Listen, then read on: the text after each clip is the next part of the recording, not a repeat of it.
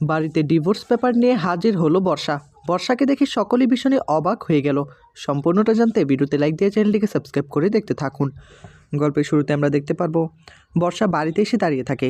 তখনই কমলিনী এসে বলে, কী ব্যাপার বর্ষা, তুমি আমাদের বাড়িতে হঠাৎ করে কী মনে করে? বর্ষা তখন বলে, মামুনি তুমি চিন্তা করো না, আমি এখানে থাকতে আসিনি, আমার সঙ্গে কেউ আসেনি, আমি একাই এখানে এসেছি। আসলে মিঠির খবরটা জানতে পেরে না নিজেকে আর সামলে রাখতে পারলাম না, তাই ভাবলাম মিঠির সঙ্গে একটু দেখা করে যাই। যতই যাই হয়ে যাক না কেন, মিঠি কিন্তু এখনও আমার ননদ, আমিও তো একটা মেয়ে, আমারও তো কষ্ট হয়। আমি বুঝতে পারছি মিঠির সঙ্গে যে ঘটনা ঘটে গিয়েছে খুব খুব খারাপ একটা ঘটনা, আমি তো মেয়ে, সবটাই বুঝতে পারছি। কমলিনী তখন প্রশ্ন করে, তুমি এই খবর জানলে কোথা থেকে, তোমাকে কে বলেছে? তখনই আবার বর্ষা বলে ওঠে, আসলে মামি আমাকে সবটাই বলেছে, মামির মুখ থেকে জানতে পারলাম আর কি, যে মিঠিকে নাকি অনেক ডাকাত মিলে কিডন্যাপ করেছে। অতটুকু একটা মেয়ে, নরম শরীর। তখনই আবার নতুন বলে ওঠে, তাহলে তোমার সঙ্গে তোমার মামির যোগাযোগ আছে, তাই না? বর্ষা তখন নতুনের দিকে তাকিয়ে বলে, না নতুন কাকু, এমন কিছুই না। কমলিনী বলে, এটা না তোমাকে নিয়ে ভাবতে হবে না, আমাদের মেয়ে তো, আমরাই ভাবতে পারবো। তুমি শুধু শুধু কষ্ট করে এখানে এসেছো। হ্যাঁ, মেয়েটির সঙ্গে একটা অনাকাঙ্ক্ষিত ঘটনা ঘটে গিয়েছে, তার জন্য না তোমাকে কোনো কিছু করতে হবে না, তোমাকে এভাবে ন্যাকা কান্না করতে হবে না। কিছুক্ষণ পরেই বড় ঠামি ছোটো ঠামি চলে আসে। তখনই লক্ষ্মীকে বলে, কিরে লক্ষ্মী, তাকিয়ে রয়েছিস কেন? ঠামি তখন বলে, ও দিদি, বর্ষা এসেছে। কমলিনী বর্ষার উপর ভীষণ রকম রাখতে শুরু করে, কেন তুমি এই বাড়িতে আবার এসেছো? নিশ্চয়ই কোনো অঘটন ঘটাবে, তাই না? বর্ষা তখন বলে, মামুনি চিন্তা করো না, আমি তো এখানে থাকতে আসিনি, আমি মিঠির সঙ্গে দেখা করে চলে যাব। আসলে মিঠির জন্য আমার মনটা একটু ছটফট করছিল। হয়তোবা মিঠি আমাকে অনেক অপছন্দ করে, কিন্তু যতই যাই হয়ে যাক না কেন, মেয়ে হিসাবে আমার তো এতটুকু কর্তব্য আছে, আমি এই বাড়ির বউ বলে কথা। এখনও তো আমাদের ডিভোর্সটা হয়ে যায়নি, আমি তো এই বাড়িতে আসতে পারি, তাই না? মিঠির সঙ্গে যা হয়েছে, ছি ছি, আমার ভাবতেই না ঘেন্না লাগছে। এদিকে নতুন তখন বলে, শ্যাট আপ, তুমি মিঠির নাম উচ্চারণ করবে না, তুমি যে কথাগুলো বলছো না, এই কথাগুলোর মানেই হয় না। তুমি কেন এখানে আসতে গেলে? বুবলাইও কিছুক্ষণ পর সেখানে চলে আসে, আর বুবলাই এসেই দেখতে পায় যে বর্ষা কান্না করছে। তখনই বুবলাই বলে ওঠে, বাহ, তুমি এখানে কি করছো? তুমি আবার কান্নাই বা করছো কেন? তখনই বর্ষা বলে, রুদ্র, তুমি হয়তো বা ভুলে যাচ্ছ, এখনও কিন্তু আমি তোমার স্ত্রী, আমি এ বাড়িতে আসতেই পারি। আমি মিঠির খবর জানতে পেরেছি, আমি বুঝতে পারছি সকলেই আমার ওপর কতটা বিরক্ত হয়ে রয়েছ। আমি এতদিন একা ছিলাম, আমি এতদিন একা থেকে এটা বুঝতে পারছি যে আমি কত বড় অন্যায় করেছি, তোমাদের সঙ্গে অনেক অন্যায় করে ফেলেছি। বুবলাই তখন বলে, ও, তার মানে তুমি এখানে নেগা কান্না কেঁদে তুমি আবার এ বাড়িতে থাকতে এসেছো? তখনই বর্ষা আবার বুবলাইয়ের দিকে তাকিয়ে বলে, না রুদ্র, তুমি ভুল ভাবছো, আমি এখানে থাকতে আসিনি, আমি বাড়ির কাউকে না জানিয়ে এখানে এসেছি, আমি থাকবো না বেশিক্ষণ, চলে যাব। মিঠির সঙ্গে দেখা হলে একটু ভালো লাগতো আর কি। তখনই আবার কমলিনী বলে, তুমি মিঠির সঙ্গে তো দেখা করতে পারবে না, মিঠি তো গিয়েছে অন্য একটা কাজে, সে কখন ফিরবে না ফিরবে তার কোনো ঠিক ঠিকানা নেই। তার মানে কি তুমি এতক্ষণ অপেক্ষা করবে? আমি বলছিলাম কি তুমি এখন চলে যাও, পরে এসে দেখা করে যেও। তখনই আবার বর্ষা বলে, তুমি ভয় পাচ্ছ, তাই না মামুনি? তুমি ভয় পাচ্ছ যে আমি এখানে থেকে যাব, কিন্তু না, আমি এখানে থাকবো না, আমি চলে যাব, চলে যাব। আমি তো বাড়িতেও না বলে চলে এসেছি, আমাকে এখানে থাকার মানেই হয় না। বুবলাই তখন বর্ষার দিকে তাকিয়ে বলে, শোনো, এসব ন্যাকা কান্না না, এখানে তুমি কাঁদবে না। আমি যেটা পাঠিয়েছি সেটার তো কোনো খোঁজ নেই, আমি তোমাকে ইমেলে ডিভোর্সের যত কাগজপত্র সমস্ত কিছুই পাঠিয়ে দিয়েছিলাম, সই কি করেছো? আর কোনো রিপ্লাই আমাকে দাওনি। বর্ষা তখন বলে, সেজন্যই তো আমি এই বাড়িতে এসেছি, সব কাগজপত্র আমি প্রিন্ট করে তোমার কাছে নিয়ে চলে এসেছি, শুধু শুধু তোমাকে আর কষ্ট করতে হবে কেন? সকল কিছুই আমি এখানে সইটা করে দিয়েছি, এখন শুধু তুমি এই কাগজপত্রগুলো নিয়ে একটু কোর্টে চলে যাবে, কোর্টে গেলে আমি সেখানে সইটা করে দেব, তারপর পার্মানেন্টলি আমাদের ডিভোর্সটা হয়ে যাবে। আমি আর তোমাকে বেঁধে রাখবো না। আমি রিয়ালাইজ করতে পেরেছি যে তোমার মনে আমার জন্য একটুকুও জায়গা নেই, আর আমি কেনই বা তোমাকে শুধু শুধু আমার কাছে বেঁধে রাখবো। আরেকটা কথা জানো তো, আমি না ওই বাড়িতে গিয়ে একটা স্কুলে একটা চাকরি নিয়েছি, সেখান থেকে কিছু টাকা পয়সা পাই, সেটা দিয়ে আমার হাত খরচ হয়ে যায়। তোমার কাছ থেকে কোনো মেনটেনেন্স আমার দরকার নেই, টাকা পয়সা আমার দরকার নেই। বর্ষার মুখে কথা শোনার পর তখনই কমলিনী একটু কষ্ট পায়। বর্ষা তখন বলে, আমি এসেছি শুধুমাত্র মিঠির সঙ্গে দেখা করার জন্য, মিঠির সঙ্গে আমার যত ঝগড়া মান অভিমান রয়েছে সব কিছু আমি মিটিয়ে দেওয়ার জন্য এই বাড়িতে এসেছি, আর কোনো কারণ নেই। আমি আসলে অনেক অন্যায় করে ফেলেছি। কমলিনী বলে, এটা যদি তুমি অনেক আগে বুঝতে পারতে না, তাহলে এই সংসারটা ভাঙতো না। বর্ষা তখন বলে, সেটা আমি জানি মামুনি, সেটা আমি এখন হাড়ে হাড়ে বুঝতে পারছি। যাই হয়ে যাক না কেন, এখন তো আর কিছু করার নেই। বুবলাইও আমাকে আর গ্রহণ করবে না, আমি ঠিক সেটা বুঝতে পারছি।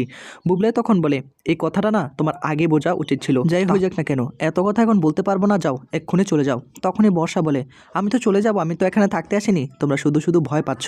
আমি শুধু আমার মনের কথাগুলো তোমাদেরকে বলছি, কোনো ক্ষতিপূরণ কোনো কিছুই আমার লাগবে না, আমি কোনো কিছু তোমার কাছ থেকে চাই না। এদিকে তখনই নতুন বর্ষার দিকে তাকিয়ে বলে, শোনো, তুমি তো আমাদের মেয়ের মতো, তোমাকে অনেক ক্ষমা করেছি। তুমি যদি আগে এই ভুলটা বুঝতে পারতে তাহলে এই দিনটা আজকে দেখতে হতো না। তা তুমি যাবে কখন? মিঠি তো বাড়িতে ফিরতে রাত হবে। তখনই বর্ষা বলে, আমি বলছিলাম কি মিঠির সঙ্গে একবার দেখা করে যাই, রাত হলে সমস্যা নেই, দরকার হলে আমি একটা ক্যাব বুক করে চলে যেতে পারবো। তখনই আবার ঠামি বলে ওঠে, শোন, নতুন একটা কথা বলছি, সব কিছু ভুলে গিয়ে বর্ষাকে আরেকবার জায়গা দেওয়া যায় না? বর্ষাকে ক্ষমা করে দেওয়া যায় না? বর্ষা তো একজন মানুষ, আমাদের তো উচিত তাকে আবার ফিরিয়ে আনা, যেহেতু নিজের ভুল বুঝতে পেরেছে। তখনই বুবলাই বলে, ঠাম্মি চুপ করো তুমি, এই কথা তো অনেক পরের কথা। আমি এখন এইসব নিয়ে একদম চিন্তা করছি না, একদম ভাবছি না, ওর সঙ্গে আমি সংসার করব না, সব কিছু ফাইনাল হয়ে গিয়েছে। তখনই আবার ঠাম্মি বলে, আমি শুধু আমার কথাটা বললাম, আমি তো আর তোদের কথা বলতে পারবো না, একটা মেয়ের এরকম কষ্ট আমি সহ্য করতে পারছি না। তখনই আবার বড় ঠাম্মি বলে, শোন লক্ষ্মী, আমি একটা কথা বলছি, এভাবে না সব কিছু ভুলে যাস না। আর তোমাকেও একটা কথা বলছি বড় বৌমা, তোমার মনটা তো একদম নরম, তুমি হয়তো বা বর্ষার এই কথাগুলো শুনে একদম নরম হয়ে গিয়েছো। আর নতুন তুইও নরম মানুষ, বর্ষার কথাগুলো কিন্তু তোরা বিশ্বাস করিস না, যদি বিশ্বাস করিস আবার কিন্তু তোরা ঠকবি। তখনই আবার বর্ষা বড় ঠাম্মির দিকে তাকিয়ে বলে, ঠাম্মি তোমাকে সেটা নিয়ে চিন্তা করতে হবে না, আমি এখানে থাকবো না, বা আমি আর এই জীবনে এই সংসারে ফিরবো না। আমি আর তোমাদেরকে কষ্ট দিতে চাই না, আমি বাকিটা জীবন আমি একাই কাটিয়ে দেব, আমার অন্য কাউকে কোনো দিন দরকারও হবে না। আমার বাবা মাও আমার দিক থেকে মুখ ফিরিয়ে নিয়েছে, আমি এখন হাড়ে হাড়ে বুঝতে পারছি আমি কত বড় অন্যায় করে ফেলেছি। এদিকে বুবলাই তখন বলে, শোনো বর্ষা, তোমাকে একটা কথা বলছি, এসব ন্যাকা কান্না কেঁদে না এখন কোনো লাভ নেই, তুমি এক্ষুনি এখান থেকে চলে যাও, তুমি মিঠির সঙ্গে পরে এসে দেখা করে যেও। নতুন তখন বর্ষার দিকে তাকিয়ে বলে, বর্ষা তুমি আমার মেয়ের মতো, তোমাকে একটা কথা বলি, এখন আমরা চাইলেও তোমাকে এই বাড়িতে আনতে পারবো না, কেননা বুবলাই কিন্তু চায় না তোমার সঙ্গে সংসারটা করার জন্য। এখন বুবলাই যদি না চায়, এখানে তো আমাদের কিছু করার নেই, আমরা তো কিছু করতে পারবো না। তাই তোমার মনে হয় তুমি নতুন করে তোমার নতুন জীবনটা শুরু করো। তখনই আবার বর্ষা বলে, না নতুন কাকু, আমি আর নতুন করে কোনো কিছু শুরু করব না, নতুন করে আমার জীবনটাও আমি সাজাবো না, আমি যেভাবে আছি বাকি জীবনটা আমি এভাবেই পার করে দেব, আমি চাই না নতুন কেউ আমার জীবনে আসুক। এদিকে বড় ঠাম্মি এই কথাগুলো শোনার পর তখনই বলে, তুমি যে এইসব কথাগুলো বানিয়ে বানিয়ে বলছো না, সেটা খুব ভালো করেই বুঝতে পারছি, এসব নাটক না বন্ধ করো। ঠাম্মির মুখে এই কথা শুনে বর্ষা মাথাটা নিচু করে দাঁড়িয়ে থাকে। তখনই আবার বুবলাই বলে ওঠে, নতুন করে শুরু করবে না মানেটা কি? তার মানে তুমি কি করবে? তখনই বর্ষা বলে, যাই করি না কেন আমি আর নতুন করে বিয়ে করব না, তুমি একটা নতুন করে সংসার করো, মামুনির পছন্দ থাকলে বা তোমার পছন্দের থাকলে তুমি বিয়ে করে নিতে পারো। বুবলাই তখন বলে, তোমাকে না আমাকে নিয়ে ভাবতে হবে, আমি কি করব না করব সেটা আমি সিদ্ধান্ত নিব। তোমাকে নিয়ে অনেক স্বপ্ন ছিল তোমাকে নিয়ে, কিন্তু সব কিছুই তুমি ভেঙে চুরমার করে দিয়েছিলে, তুমি আমার পুরো পরিবারটাকে শেষ করে দিয়েছো।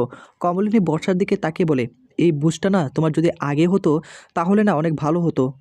তোমার নতুন কাকু কি বলেছে যে মেয়ের মতো, আসলে কিন্তু তুমি আমার মেয়ের মতো, কিন্তু আমার ভয় হয় তুমি যদি আবার এই বাড়িতে আসো, যদি কোনো অঘটন ঘটে তাহলে সেটা আমি কোনোভাবে মেনে নিতে পারবো না। আমার মেয়ের সঙ্গে যা হয়েছে সেটা আমরা সামলে নিতে পারবো। বড় ঠাম্মি তখন কমলিনীর দিকে তাকে বলে, বড় বৌমা এবার কিন্তু অন্তত ভুলটা করো না, তুমি কিন্তু ভুল করলেই বিপদে পড়বে। তখনই নতুন কমলিনীর দিকে তাকে বলে, যাই হয়ে যাক না কেন, এখন আপাতত আমাদের এইসব বিষয়ে কথা না বলাই উচিত। তখনই আবার কমলিনী ঠাম্মির দিকে তাকিয়ে বলে, না মাসি, আমি সেই কথা বলছি না, আমি তো গ্রহণ করব না, কিন্তু আমার ভয় হচ্ছে আমি সেই কথাটাই বললাম। আর হ্যাঁ, বুবলাই কিন্তু বর্ষাকে কোনোভাবে গ্রহণ করবে না, দিনের পর দিন অনেক অত্যাচার করেছে, কিন্তু একটা মেয়ে হিসাবে আমার কষ্ট হচ্ছে। বর্ষা কিন্তু আসলে আমাদের মেয়ের মতো, আমি কিন্তু কখনো চাই নাই যে রুদ্র অর্থাৎ বুবলাই এবং বর্ষার সংসারটা এভাবে শেষ হয়ে যাক। আমি চেয়েছিলাম সকলেই যেন একসঙ্গে থাকতে পারে। আমার মেয়ে যদি বর্ষার জায়গায় থাকতো, আমার ঠিক এরকম অবস্থাই হতো, আমার খারাপ লাগতো। এদিকে ঠাম্মি বলে, বলছিলাম কি বৌমা, সব কিছু ভুলে গিয়ে কি নতুন করে একবার সুযোগ দেওয়া যায় না? মানুষ তো ভুল করে, ভুল করলে কি তাকে ক্ষমা করে দেওয়া যায় না? তখনই বুবলাই বলে, যাও বর্ষা, এখন তুমি এখান থেকে চলে যাও, তোমার মুখ যেন আমি কোনোভাবেই দেখতে না পাই। বর্ষা বলে, ভয় পাচ্ছ তাই না যে আমি এখানে থেকে যাব, রাত হলে আমি চলে যেতে পারবো, তুমি চিন্তা করো না। তখন এবার রুদ্র বলে, তুমি তো এখন মিঠির সঙ্গে দেখা করতে পারবে না, কেন শুধু শুধু এখানে থেকে ওয়েট করবে, তুমি আবার পরে এসে দেখা করে যেও। এদিকে তখনই বর্ষা বলে, আচ্ছা ঠিক আছে, তোমার যেটা মনে হয়, হয়তো বা ভাবছো আমি এখানে থেকে যাব, আমি থাকবো না, এক্ষুনি এখান থেকে চলে যাব। তখনই আবার নতুন বুবলাইয়ের দিকে তাকিয়ে বলে, যা বুবলাই, ওকে একটু এগিয়ে দিয়ে আস, একা মানুষ। তখনই আবার বর্ষা বলে, না নতুন কাকু, আমাকে এগিয়ে দিয়ে আসতে হবে না, আমি একাই চলে যেতে পারবো। তখনই আবার বড় ঠাম্মি বলে, এই সুযোগের অপেক্ষাই করছিলে তাই না, যে রুদ্র তোমার সঙ্গে যাবে, তোমাকে এগিয়ে দিয়ে আসবে। রুদ্র তখন বলে, আচ্ছা ঠিক আছে, আমি এতটুকু করতে পারি, আমি এতটুকু এগিয়ে দিয়ে আসতেই পারি, আমার বউ বলে কথা না। ঠাম্মি তখন বলে, দিদি তুই এসব কী কথা বলছিস, আমি কিছুই বুঝতে পারছি না, জানিস তো তুই কেন এইভাবে কথা বলছিস, বর্ষা কিন্তু এবারের বউ ছিল এতদিন, অন্য একটা মানুষ হলে কি বুবলাই এগিয়ে দিয়ে আসতো না, এখন একটা মেয়ে একা, তাকে বাস স্ট্যান্ড পর্যন্ত এগিয়ে দিয়ে আসলে কি এমন হয়ে যাবে।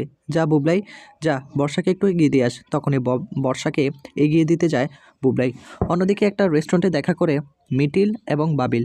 বাবিল তখন মিটিলের দিকে তাকিয়ে বলে, আমি অনেক কথা তোর কাছ থেকে লুকিয়েছি, আর কোনো কিছু লুকাতে চাই না। আমি বুঝতে পারছি যে আমার জীবনে কতটা ইম্পর্টেন্ট, কিন্তু আমার জীবনটা পুরো এলোমেলো হয়ে গিয়েছে, আমার জীবনে অন্য একটা ঘটনা ঘটে গিয়েছে, আমি যেটা আর গোপন করতে চাই না। তখনই মিঠিল বলে, আমি সেটা তোমাকে দেখেই বুঝতে পারছি যে তোমার পরিবর্তন হয়েছে, আমি তোমার মুখ থেকে শোনার অপেক্ষাই করছি। দেখো, তুমি এমন কোনো কথা বলবে না যেটার জন্য আমি কষ্ট পাই। তখন আবার বাপির বলে, আমি কিভাবে বলবো আমি বুঝতে পারছি না, আমি আসলে লজ্জিত। তখনই আবার মিঠিল বলে, বাবিল, তুমি কি এমন কোনো কথা বলবে যেটার জন্য আমি কষ্ট পাবো? তুমি চুপ করে থাকবে না, তুমি কি এমন কথা বলবে? আমি বুঝতে পারছি তুমি বদলে গিয়েছো, তোমার জীবনে কি নতুন কেউ এসেছে নাকি? কথা শোনার পর তখনই বাবিলের মুখটা গোমরা হয়ে থাকে। মিঠিল তখন বলে, বাবিল, প্রশ্নের উত্তর দাও, আমার কিন্তু হাত পা সকল কিছুই কাঁপছে, আমি কিন্তু ঝাপসা দেখছি। তুমি যদি এমন ধরনের কথা বলো যে তোমার জীবনে নতুন কেউ আসছে, এটা কিন্তু আমি নিতে পারবো না, আমি কিন্তু এটা কোনোভাবেই সহ্য করব না। তুমি এক্ষুনি বলো, কী ব্যাপার বাবিল, তুমি এখনও চুপ করে রয়েছো, আমার কোনো প্রশ্নের উত্তর দিচ্ছ না, তার মানে আমি যেটা সন্দেহ করছি সেটাই, তাই না? তখনই বাবিল বলে, আমি তোকে এমন ধরনের একটা কথা বলতাম, কিন্তু আমি আসলে কি করে বলবো আমি সেটাই বুঝতে পারছি না, আসলে আমাকে তুই ক্ষমা করে দিস, আমি আসলে এই কাজটা একটা দুর্ঘটনাবশত করে ফেলেছি। তখনই আবার মিঠিল বলে, তুমি যাই করো না কেন, তুমি অন্তত আমাকে বলতে পারতে আমি এই সমস্যা থেকে তোমাকে উদ্ঘাটন করতে পারতাম, একমাত্র ব্যক্তি আমি রয়েছি। এদিকে বাবিল সব সত্যি কথাই বলে দেয় যে অন্য একটা মেয়ের সঙ্গে তার অ্যাফায়ার রয়েছে, সম্পর্ক রয়েছে। মিঠিল তখন বলে, এটা তুমি ভুল বলছো, আমি বুঝতে পারছি তুমি মজা করে কথাটা বলছো। তখনই বাবিল বলে, না আমি মজা করছি না, তুই তো সবটাই জানিস, আমি যখন রিহার্সাল করতাম একটা স্টুডিওতে, আমার সঙ্গে একটা মেয়ের আলাপ হয়, সে মেয়ে আমাকে পছন্দ করতো, কিন্তু আমি তাকে পছন্দ করিনি। কিন্তু গত কিছুদিন আগে একটা ক্লাবের মধ্যে একটা দুর্ঘটনা হয়ে গিয়েছে, আমি তাকে পছন্দ করে ফেলেছি। এই ছিল আপডেট।